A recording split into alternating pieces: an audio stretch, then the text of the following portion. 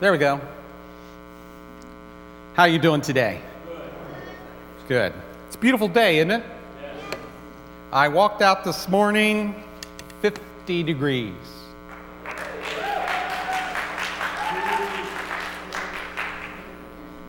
What's wrong with you people? I don't think it's been hot enough long enough yet, right?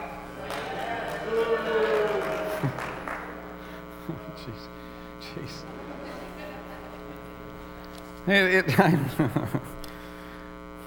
I love fall, but it's followed by winter, isn't it? And so just last year I developed a new philosophy on fall. And fall is like that wonderful last meal before execution.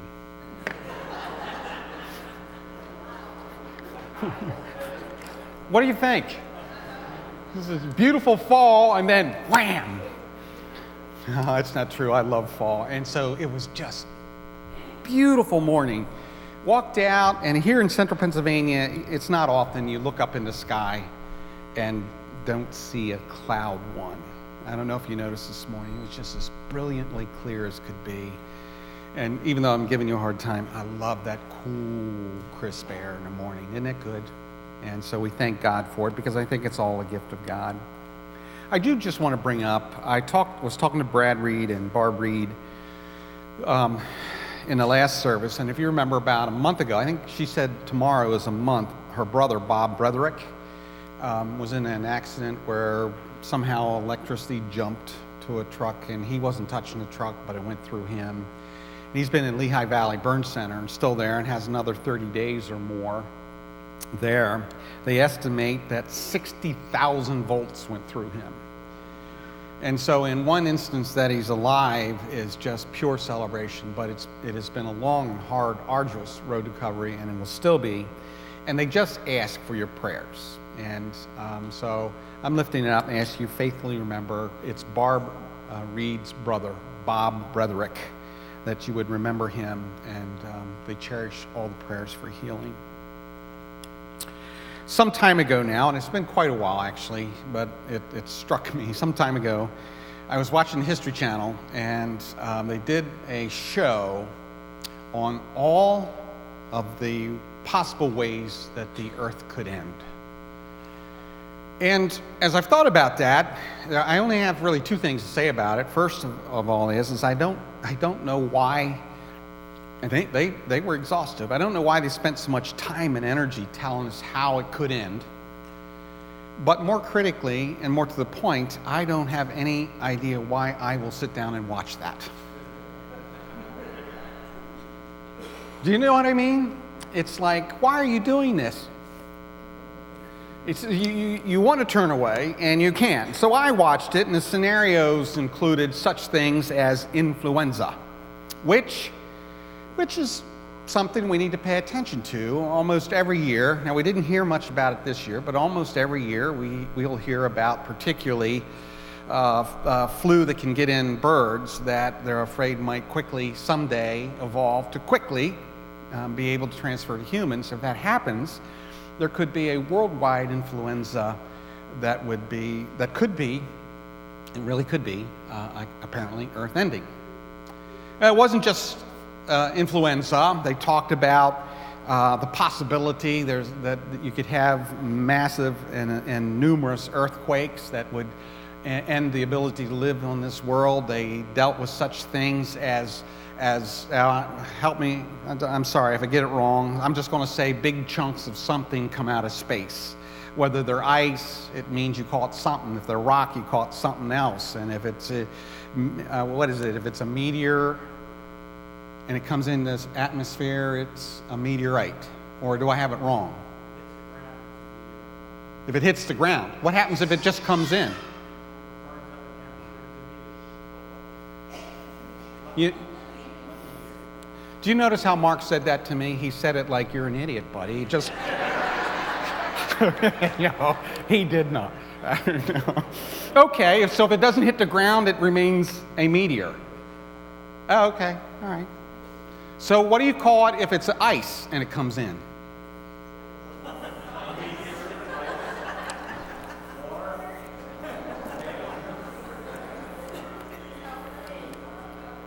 I'm gonna clean my shoes because I'm not getting anywhere. Okay, something big comes out of the heavens and it hits the earth. It could destroy, end life, okay? I'm sorry for the rabbit hole you guys led me down, but they talked about series of volcanoes, that something could happen and a volcano erupt, and then a bunch of volcanoes erupt, it would end the earth. And then they talked about the one that everybody loves right now, the super volcano. Do you know where that one is? Yellowstone. Somebody back here said it. Yellowstone. That everybody goes there, they love looking at the wildlife, they love looking at the geysers coming up, and they just don't understand that they are apparently standing on the caldera of a tremendously big volcano just not too far down. And if that thing blows, we might feel the heat and we might burn up here. You know, they're proud of saying, you guys in Pennsylvania, you're not going to survive this. All of them, after they talked about them, all of them, they said, it was followed up, this would be a very bad year to be alive. I thought that was pretty cute. This would be a very bad, and it would be, wouldn't it? It'd be a very bad year to be alive. And then, as if that weren't bad enough, they talked about a scenario where perhaps a volcano, this super volcano, would explode, and it would cause massive earthquakes. And it would cause the sun to get dim. And therefore, it would cause all of the scenarios to happen. And that's a really bad year to be alive, right? But then they went on. That wasn't good enough. And I think the reason they went on was to prove that what they were talking about really could happen, because then they began to talk about things in history that have in fact come close to happening. And the first one that they addressed was, again, I don't know now if it's a comet, a meteor, a meteorite, or whatever it is, but it was big. It came out of the heavens. It hit the earth somewhere around the Yucatan Peninsula, and they think that that's what killed all of the dinosaurs, or at least started the process of what led to the demise of the dinosaurs. And if it happened then, they're fond of saying it's only a matter of time. So I want you to know that. Thanks for coming this morning. It's only a matter of time. They went and talked about, I think I skipped over one here. Let me look on my notes. Yes, the second one was a massive volcano. And they actually have written record from a historian from the Byzantine Empire in 536. That the historian wrote that for 18 months in the year 536, the sun shone only with the power of about the moon. There was a haze, it was only a very weak sunshine for 18 months, and it led to widespread crop failure, and it led to widespread famine, kind of one of the scenarios that they talked about possibly Earth ending before. And it's only been a few years ago, you might remember this, only been a few years ago that studying ash layers in the ground, archaeologists actually pointed out that that 536 problem was in fact a series of volcanoes that blew up in Iceland. Now, we all kind of know, we're probably not real good in looking at the map, right? But we all kind of know Iceland's up here, right? What's over here? If Iceland's here, what's up? Boy, somebody's really good at this. I want you as a partner on Pictionary, okay? United States, so we know Iceland's way up here. Does anybody know where the heart of the Byzantine Empire was? Bottom right. You guys are the best one yet this morning. Very good. It's down here, Turkey. If you didn't know where bottom right was, it's Turkey, where the Byzantine Empire. So way up in Iceland, we have a series of these volcanoes that spew out ash into the atmosphere, and they feel the result of that clear down in the Byzantine Empire, where it led to widespread crop failure and famine. The next one they talked about was the Black Plague of 1349. And the estimates range widely, but most estimates tell us that the Black Plague in this year led to the death of between 50% and 3/4 of the population of Europe in the Black Plague. Now, that's widespread, and one of the reasons it's so hard is that it's documented that there were areas that weren't touched too bad, actually, but there were areas that wiped out everybody. It was 100% in some areas. And so something like the Black Plague could be earth-ending, and you know what? That would probably be a very bad year to be alive, wouldn't it? If something like that happened. And so the last one they did was the 1915 flu. And our family has you have family histories. And so I'm aware of the 1915 flu because I know that a brother of my grandfather, great uncle, died in the flu of 1915, right there in the area northeast where we lived, that the flu hit that family. And it is estimated that worldwide, somewhere between 50 million and 100 million people were killed by the 1915 flu. And a strange flu because it actually hit younger people harder than it hit older people. And I actually once read why that was. I'm sorry, I am in my 60s, I forgot. But for some reason it hit little kids and young adults harder than it hit older adults. But they pointed that as being a very bad year to be alive.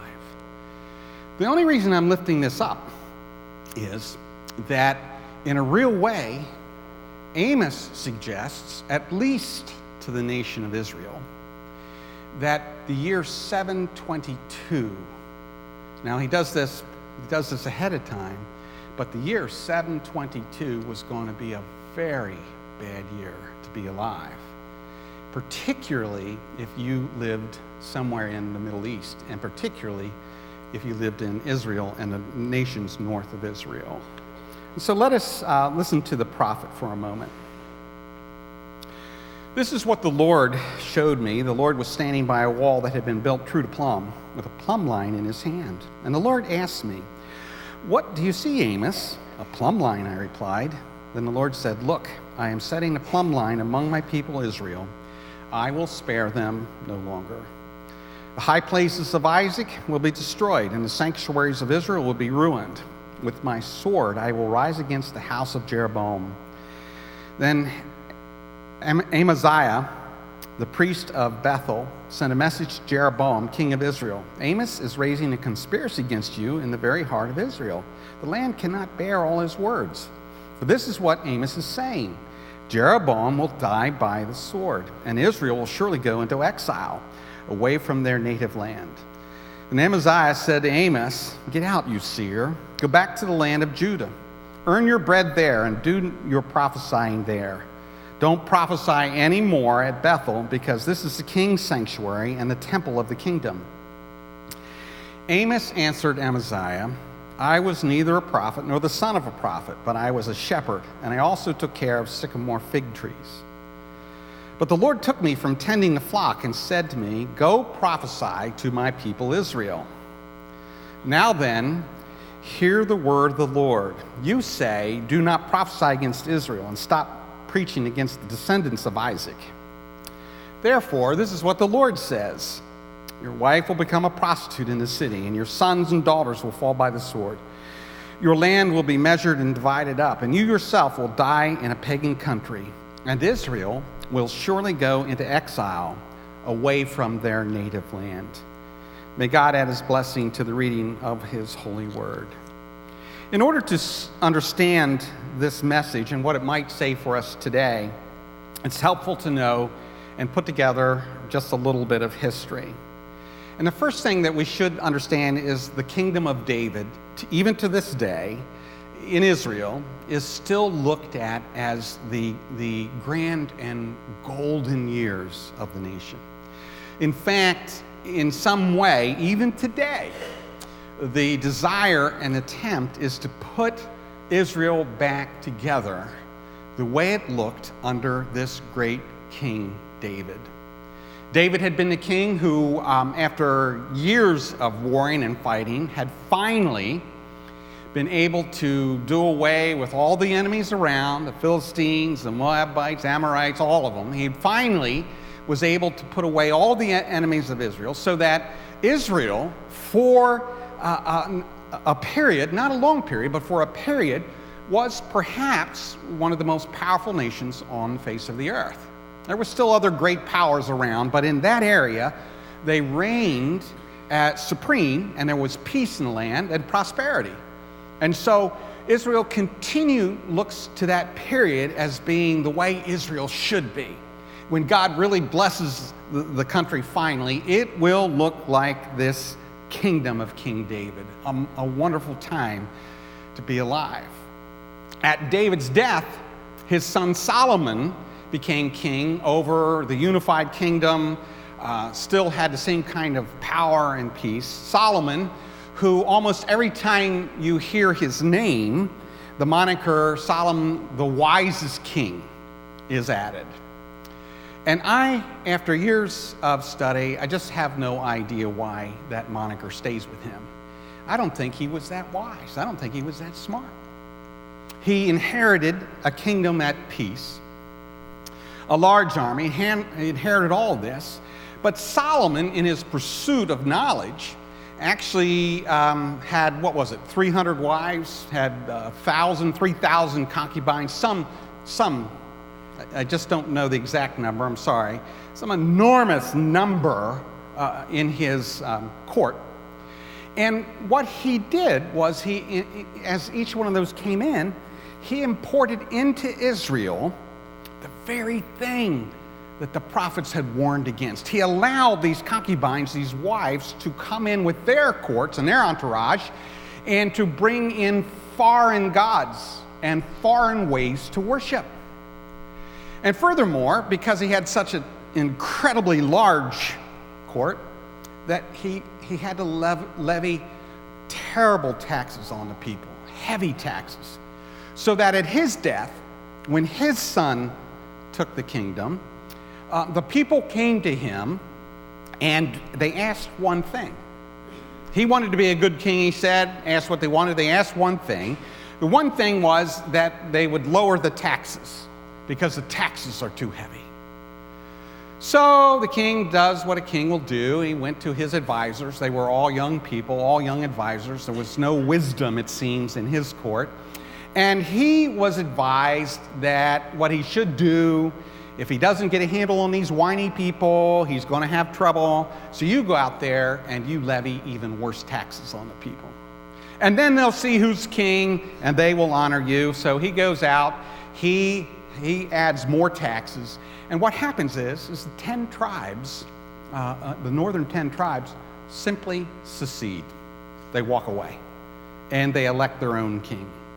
So we're looking at the period of Israel's history, not long after it has become two kingdoms. It is the kingdom of Judah in the south, the kingdom of Israel in the north. And it is from the south, Judah, that Amos hears God call him to go up and talk to the people in the northern kingdom. Because at Solomon's death, all of that stuff that had held the kingdom together is finally loosened up. And so what do they do in the northern kingdom? As soon as they kind of secede, they decide the way they hold the people together is they'll establish a place of worship. They can't go down to Jerusalem anymore. Can't worship down there, so they got to put a center of worship. And they put a center of worship in Bethel. And lo and behold, what do they do in Bethel? They set up a golden calf. What does a golden calf represent? Idol worship. Idol worship. The very first commandment. They break it immediately. The core of the entire prophetic message up to this point. They immediately break it. Thou shalt have no other gods before me. What is the first thing they do is they set up a place of worship. They set up a calf. Why a calf? It represents the Baal gods. It represents the fertility gods. They wanted to have children. They wanted their animals to have little animals. They wanted their crops to grow. The Baal gods were fertility gods. And so immediately, they break the first commandment. They set up this image. They commit idolatry. And as I have said time and again, Mark Batterson, the first one where I read, I believe thoroughly, that what happens then is that idolatry is the first sin from which all the other sins flow. Because it seems that as soon as our view or our grasp or our vision or whatever you want to call it of the divine God fades, as soon as that fades even a little bit, then we are able to do other things that we cannot conceive of doing so long as the God of Israel, of ancient Israel, remains clearly in our vision. And that's something for us to pay attention to today, because the idols are not so clear. They aren't an image of a calf that we would worship, and none of us would do that anyway. But allowing anything in our life to take more of our time, more of our energy, more of our devotion than we give to God is in fact an idol that is beginning to slip its way into our devotional lives, so that our vision, our clear vision of the God begins to dim a little bit. And so the prophet, and this is a core of the prophetic message, and I'm going to say this clearly because of the world we live in. We're getting our information from all kinds of places. Don't believe me. All you got to do is open your text. Okay? Go to the Bible. But when you read off of the page. Don't read onto the page. Read off of the page what is presented, and you will know that the core of the prophetic message addresses two things primarily. One, do not commit idolatry. The second thing that seems to flow from that, or the first thing that flows from that first sin, is that as soon as we lose sight of God, it seems we lose sight of concern for the poor around us. The message of the prophets in general is a message of justice, or I guess I should say, it is a message of the lack of justice, lack of concern for the other, really only concern for the self. And if you don't believe me, go particularly to Amos. I'm not using the language that's anywhere near as stark as the language in Amos. You want to see some stark language? You want to see some name calling?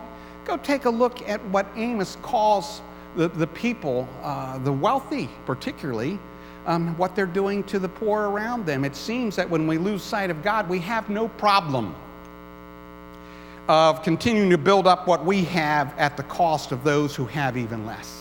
That's the lack of justice. And he uses some pretty stark language there. And basically, that is the prophetic message. It is one of justice. Apparently, if we are people of God, apparently, if we call on God, apparently, if we say we believe that God is the God of all, then that means we are to have a rather high concern for the widow, for the fatherless, for the sojourner, for the foreigner who comes into our land. Time and time and time again, that is the prophetic message. Don't get mad at me. Read the Bible for yourself, and you will see what I am saying is the truth as it comes from the Bible. And so Amos says that's a very bad year to be alive. But in my experience, we don't actually need the threat of a foreign conqueror to have a bad year. My experience, there are other things that lead to very bad years. And the biggest one for me is being around families who have received news of terminal illness. Let me tell you what. That's a very bad year, isn't it? Some of you have been around family that you know that. It's a very bad year. We're sitting in a doctor's office, just sitting there, and I tend to just pay attention to people. And I'm sitting with my back to where the doctor's office is, and I'm looking that way, and this couple walks by, and my initial thought is it's an older couple.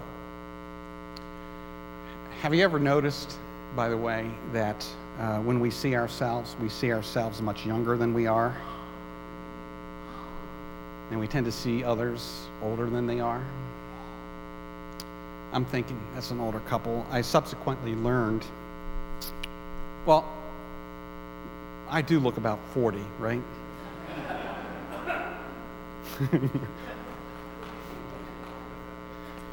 I subsequently learned to really painfully to me, the gentleman who I thought was much older was 62 years old, my exact age. So I can just imagine I walk by some younger person and they say, there goes a 90-year-old crudmudgeon. Some things just wake you up at points, you know, you really just, so, any rate, I'm watching, and they walk slowly, I can see the elevator, they walk to the elevator, door opens, they get in and turn around, I can see them. And I get, something's going on. And I notice the woman, she's looking at the buttons. It's not a high elevator, it's only 4 buttons, I think. And it took her a while to figure out the button. And I'm thinking something, she got bad news or something. And I look at the guy, she's looking, and he's standing there in an elevator, and he has a gaze that I come to understand as he is not there. He is somewhere else. He's lost. He's in space. Something's not right. And the door closes. And I'm the next one. I'm called in the office. We go in, and the doctor's having a bad week or bad day. And it's funny, people know I'm a pastor. And so they'll share with me in the mall, out on the road, want me to flag down my window when I'm sitting at a traffic light. Happened just the other day.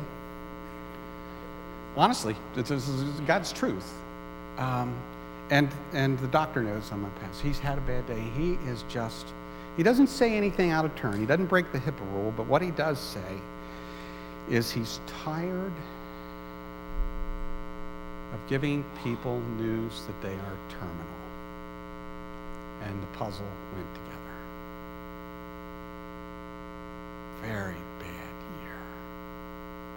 I don't know if there's any worse years, but we all know sometimes family issues,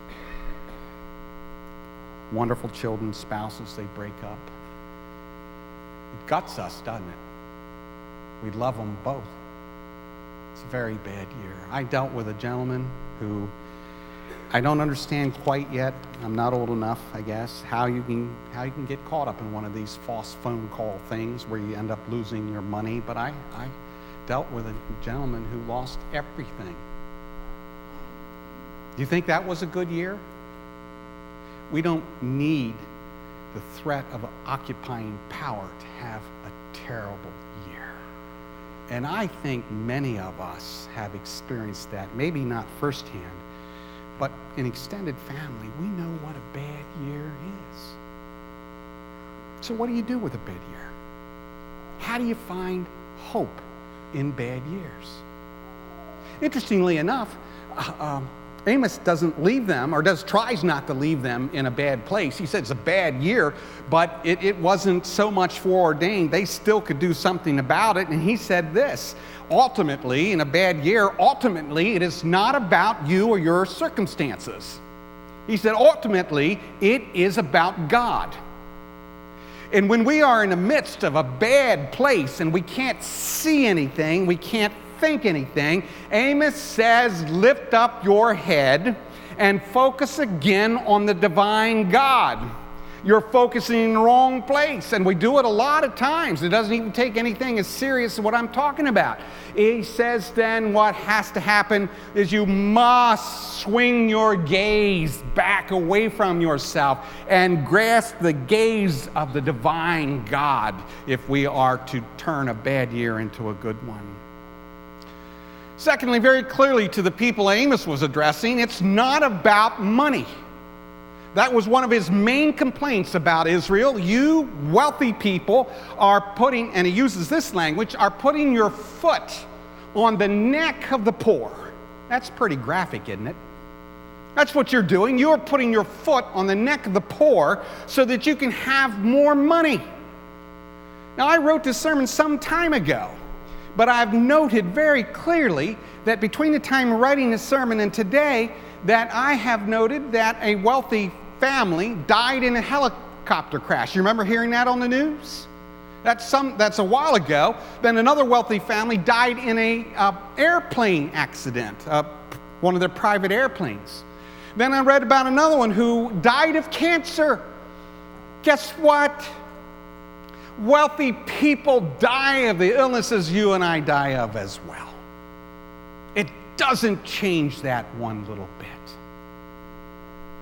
That's a hard fact for us to get our minds around, but it's not about money either.